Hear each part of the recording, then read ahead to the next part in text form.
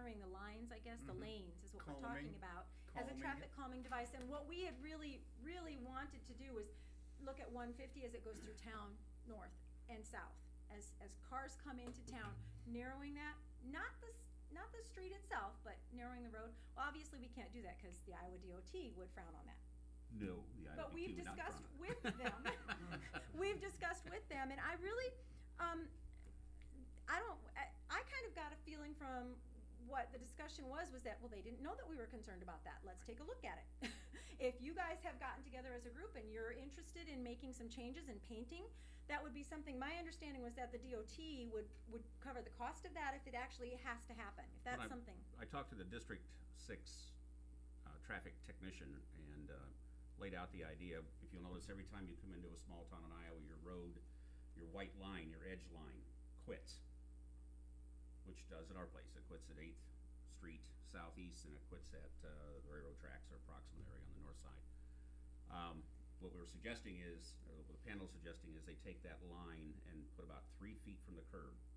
You'd still have an 11-foot, it's a 33-foot wide road. If you took 6 feet off of it, you'd still have well more than 11 feet traffic lane, but you'd be showing the driver, the truck driver, or the car, that this is now a narrower place. You need to slow down a little bit more. Not doing the 31 miles an hour or the 35 miles an hour that you want to do to get through Independence. We want you to do 29 perhaps, or something along those lines.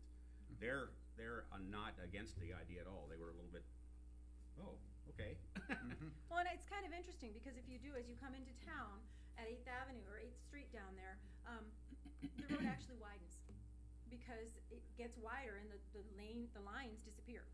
So when you're on just in front of Dairy Queen, just north of the bridge, the lines are definitely there, but then you go across that street and all of a sudden the road is wider.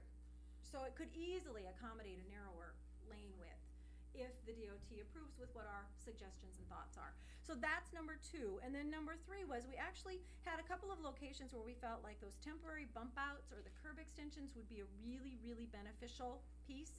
And that was of course, 1st Street intersection with 3rd Avenue Southeast. So if you were going from the Bank Iowa corner south or the Majestic corner south, both of those are very, very long walks. And if we could effectively shorten that distance so that our pedestrians had a better chance of getting across there safely, it would certainly be good for all of the downtown. It would encourage more pedestrian traffic in our area, and it would slow the traffic down a little bit because when you put a that curb might be part of that extension out- 60% increase, isn't it? Exactly. Yeah, you increase their safety and Well, stuff. if we're just trying to get cars through town as fast as they can, they aren't noticing the lovely shops. They aren't noticing the places where they could stop and visit and spend some time. They're on a mission to get through town. Well, if we make it a little more difficult for them to zip through, that makes a difference. So that was one area where we felt like it would really be an improvement. And then the other was down in front of Harding Drug, as you go south there, across the street into, and I'm not sure, is it Steve Oles or which No, exactly? Connie's. Right in that area. That's another place that would be pretty simple to put a curb extension or a bump out to allow a safety haven, an area for pedestrians to stand. And then when the light changes, then they can get across there much quicker because they don't have as far to travel. So those are some areas that we feel like would be really, really important. Is that just basically a wide turn? A wide the bump out? turn. Well, I guess you could say it that way. So I do that all the time now. What I see is that, okay, if you kind of sneak up in front of Harding Drug there and park, unfortunately, I've seen people, and I've been guilty of it myself, is driving through the parking lane and taking that corner. Mhm. That would get rid of that. And that would be a real boon to pedestrian safety. Yes. You know, you're no longer driving where there's no I got lane. nailed there. And that's kind of happens in Several front of times. security here too.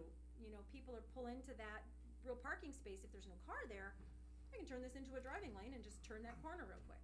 So you're talking about physically raising, We'd love to at some point, but there are some concerns. Snow removal is difficult. We just did this lovely curb and gutter in our sidewalks. So what we're talking about are putting temporary bump outs, which would be maybe planters, barriers of some kind that would be visible to drivers so they know, oh, I can't drive there. I can't drive there. And if there's a barrier here, a pedestrian can come out and stand and know that, okay, this is a safe place for me to be.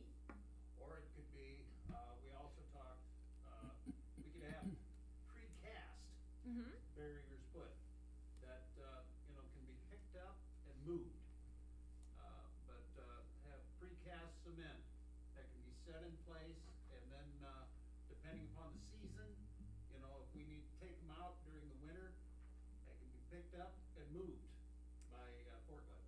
You know, there's lots of things you can do to make these little bump outs, curb extensions very appealing.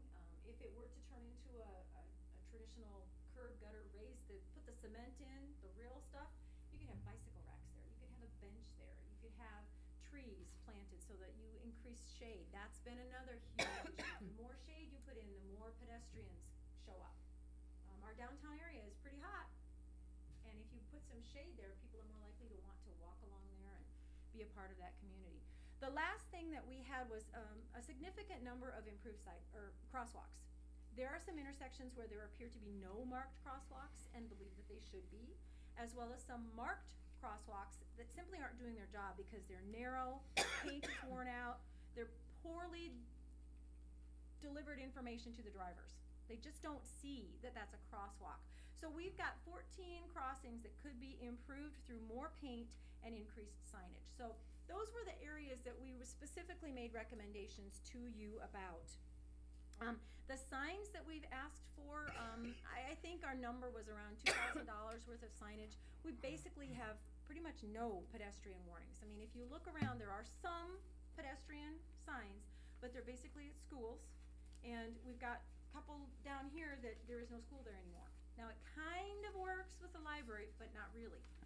They're not really placed right for library crossings. So we would like to have some improved signs, some better signs that are more visible and really let people know what's expected of them, where they should go, and what to watch out for. So in closing, we are hopeful that you will take the recommendation that's going to be provided here from the Streets, Alleys, and Sidewalks Committee, so that we can improve the pedestrian bikeability, the livability of our community. Have you done any research or come up with, one of the problems we always have is street crew paints the intersection. 2 weeks later, 1,000 cars have driven over it and it's gone. Well, obviously, the more paint, and there's some wonderful ways that you can really make it stay if you really want to put money into it. But obviously, that's an issue, and it will continue to be an issue in Iowa as long as we have snow and we have sand and we have traffic. One of the methods, one of the things that has been recommended, of course, is that continental striping, which is anywhere from a 12 to 15 inch wide, 5, 6, 7 feet long dashes or hashes put across the street. One of the recommendations that's in the Federal Highway, whatever the title of the matter is, it talks about putting the dashes off of the tire lanes.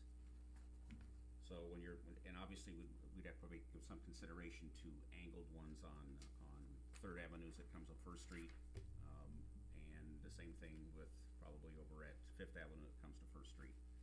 But if you do that, you're going to end up, you don't wear the stripe out or the paint out as quickly as you would if you putting those lines across it, which means they're going to drive over it every time they take the corner. We're never going to stop the semis with their 18 wheels and that sort of thing. We just need to leave it to drive maybe an extra hour or two, as opposed to whatever the standard is that we've been applying. The crosswalks on 1st Avenue at 3rd Avenue and 5th Avenue, we're responsible for them. We just need to tell the DOT that we're going to do it when we change, if we're going to change the pattern or whatever. They don't have any reason because we pay for them, so I understand it anyway, and we do them. So we just have to let them know when we're going to do it. Where's that at, John? At 3rd Avenue at Security Bank corner and at Quick Star's corner. Well, one of the concerns that I'm looking for right now from the DOT is down here at that bank corner, because I've got to have what they call sight distance. You know, I love the idea. That's one of our worst ones. It takes some of these people barely get across it before that light changes. The standard walking doesn't get you across. And as I look at that corner, when I was talking to one of the DOT people, they actually made that, you couldn't put a bump out in there if you wanted to. They wouldn't let you. On the south side? The Majestic side. Oh, that's actually good. Yeah. Not coming around. the other side. Exactly. No. And we know that, but you know what? It doesn't matter which side you shorten. Well, yeah, If the you distance. shorten it, it's going to help that pedestrian. And so absolutely, we understand that corner is it's got to be the way it is.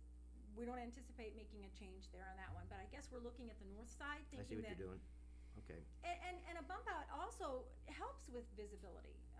You know, it allows a driver as they come up there. There isn't a car parked there. There isn't a big pickup parked there.